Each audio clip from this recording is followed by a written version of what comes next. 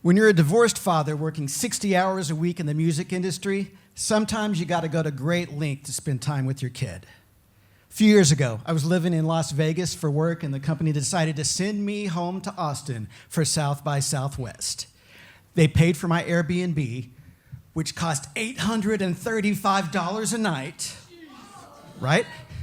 And the exciting thing about this was that meant I would get to hang out with my 7-year-old daughter. Her name is Ever, and we were going to get to have a sleepover at the Airbnb the night before South by started. So, my ex-wife picks me up at the airport, and after a quick stop at Target for supplies, she drops us off at the spot. The Airbnb app says, follow the driveway to the backyard, go right up the stairs, you'll find the key under the plant by the door. So we follow the driveway to the backyard, we go right up the stairs, and when we open the door, we discover a small, Spartan, even, like garage apartment type situation for $835 a night. But what do we care? Like, Ever posts up at the kitchen table and busts out her laptop and starts playing Minecraft, and I'm moving all of the groceries from the Target bags to the refrigerator, and I grab a fizzy water and the goldfish crackers and a Lone Star, and y'all, we are chilling. Like, all is right with the world, This just seems like the feeling that we're always chasing. And so we're hanging out, and we're talking about Minecraft, and I'm, surveying the situation as one does. Okay, there's the futon, and there's the microwave. It has, all the things.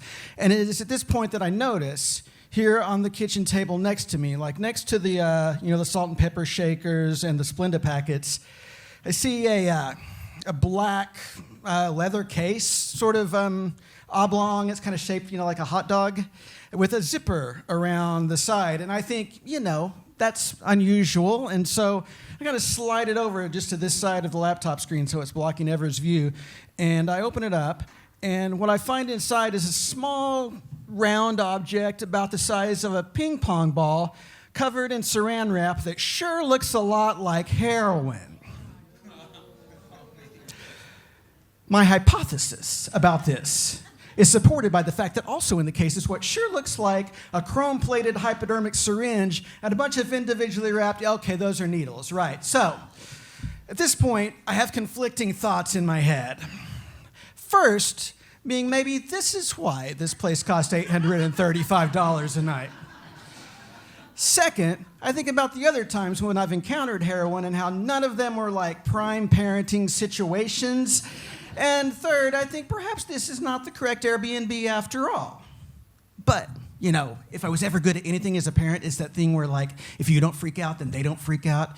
And if you just learn to narrate stuff like, oh, look, you just walked headlong into that wall. Isn't that crazy? And as long as you don't show fear on your face, they just kind of go on with their life. So, I put the object back in the case, and I zip it up, and I slide it back over, by the condiments. And I say, hey, buddy, I'm going to go outside and check some stuff out. Are you cool? And Ever's like, cool, Minecraft. And so I, go back down the stairs and into the yard, and I walk to the other side of the building, and I find another staircase, and I walk up the staircase, and there's a plant with a key under it, and I open the door and discover a much larger, more, well-apportioned garage apartment type situation, and there's some Airbnb paperwork with my name on it. Right, okay, so as I'm standing here kind of surveying the surroundings, I can't help but think, the lack of punctuation in our day-to-day online communication is fucking destroying this country. If I may. Follow the driveway to the backyard, period. Go right, period. Up the stairs, you'll find the key under the plant by the, like I could have dealt with like a dash, like some ellipses maybe. Would a semicolon been out of the question, but I realize there's really no time to think about this because I got to go back over to the other apartment and rescue my kid before the owner of all the Schedule I narcotics gets home. So, I run out the door and back down the stairs and through the yard, and I walk very casually up the other staircase and open the door, and I say, hey, guess what? We're in the wrong apartment. Isn't that crazy? And Ever says, that's crazy. And I say, let's play a game and see how fast we can move from this apartment to the other fucking apartment. And Ever says, great. And so I immediately scoop her up, and I throw her over my shoulder, and I grab the laptop and the power supply and the fizzy water and the goldfish crackers, and I ran out the door singing, what's that thing, the Ride of the Valkyries from Apocalypse Now? It's like, dun-da-da-dun, dun, dun-da-da-dun, dun, dun-da-da-dun. So, we're both laughing now. for different reasons. And we go up the other staircase and open the door, and Ever jumps down and posts up at a much larger kitchen table. And she looks around and she says, "Oh, this place is much nicer." And I say, "I know, right?" I say, "Okay, you stay here. I'm going to get our stuff." Cool, cool. So I run back over and I grab the stuff and I put all the groceries back in the Target bags and I grab the luggage and bring it back over and put it in the pile in the middle of the kitchen floor. And I'm like, "Okay, one more trip and then I'll make a frozen pizza." Cool, because now I got to go cover our tracks. So I go back over and I'm putting all of the furniture back where it was and I leave no trace and make everything just so. And remember, I took the sleeve of my hoodie and wiped down like the drug package because, I don't know. But so anyway, I'm starting to feel a little bit better about all this and breathe a little bit easier. And so I lock the door. And I take the key, and I'm putting it back under the plant, and it is this moment that I hear behind me what is definitely a group of men's voices laughing as they walk up the driveway and onto the stairs, and then they stop. And everything gets really quiet. And time just sort of stretches out, And I have what I would describe as a 3-second panic attack, kind of combined with like a Schrodinger's cat thought experiment sort of thing. So like in second number 1, I'm thinking about who the hell's at the bottom of the staircase, but I'm thinking about that question in context of the large quantity of synthesized opioids sitting on the kitchen table. And so in my mind, that's definitely a drug cartel or a biker gang. And now there's like an unreleased episode of Breaking Bad playing fast forward behind my eyes that was like guest directed by Tarantino and Rodriguez, in which I most definitely end up chopped up in garbage bags in the trunk of someone's car. And as troubling as that may be, it's got nothing on second number 2. Because in second number 2, I'm thinking about Ever. And how my kid is still over in the other apartment. And what if I can't get back to her?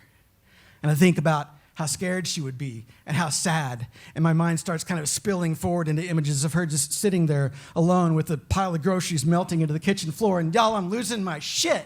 And so in second number 3, I think this is all unacceptable. And so what I'm going to do is I'm going to rush down these stairs like it is the last scene in Butch Cassidy and the Sundance Kid, like it is the charge of the Light Brigade into the Valley of Death. And whatever zombie horde awaits me, I'm just going to think of it as like an existential game of Red Rover, and I will break through and I will make them chase me far away from here, and I'm going to figure out how to make a phone call.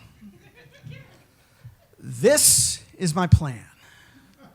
So I stand back up, and I'm just drenched in a cold sweat, and my pulse is pounding in my ears. And so I take a deep breath, and I turn, and I start down the staircase, and I stop. Because what I see at the bottom of the stairs